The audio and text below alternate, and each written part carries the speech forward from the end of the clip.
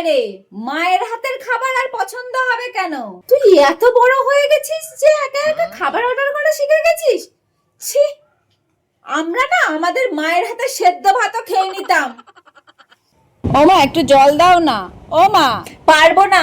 নিজে নিজে খাবার অর্ডার করা যখন শিখে গেছো, নিজের কাজগুলো নিজে করাও শিখে যাও। কি গো, দেখেছো তোমার মেয়ে একা একা অর্ডার করছে?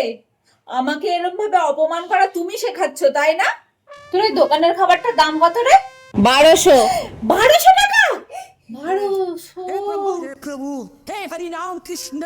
ওই 1200 টাকা ইনকাম করতে গিয়ে তোর বাবার ফুটো জাঙ্গিয়া দিয়ে বেরিয়ে যায়, আর তুই কি এরকম ভাবে টাকা নষ্ট করছিস? ছি ছি ছি ছি ছি। এই, এবার থেকে আর বাড়ির খাবার তোকে খেতে হবে না, তুইও দোকানের খাবারই খাবি। আর সামনের মাসের থেকে তোর পকেট মানি দেওয়া বন্ধ। তোর বাবা যতই বলুক আমি বন্ধ করিয়ে দেব। তোমার খুব হাত খরচা বাড়ছে, আমি বুঝে গেছি। পকেট মানি বন্ধ করে দেব, সব ঠিক হয়ে যাবে। জানা, নিজে 10 টাকা ইনকাম করে সেই খাবারটা খাগে। বাবার টাকা ধ্বংস করতে খুব ভালোই লাগছে নাকি? রোজগার করতে কত কষ্ট হয় জানিস?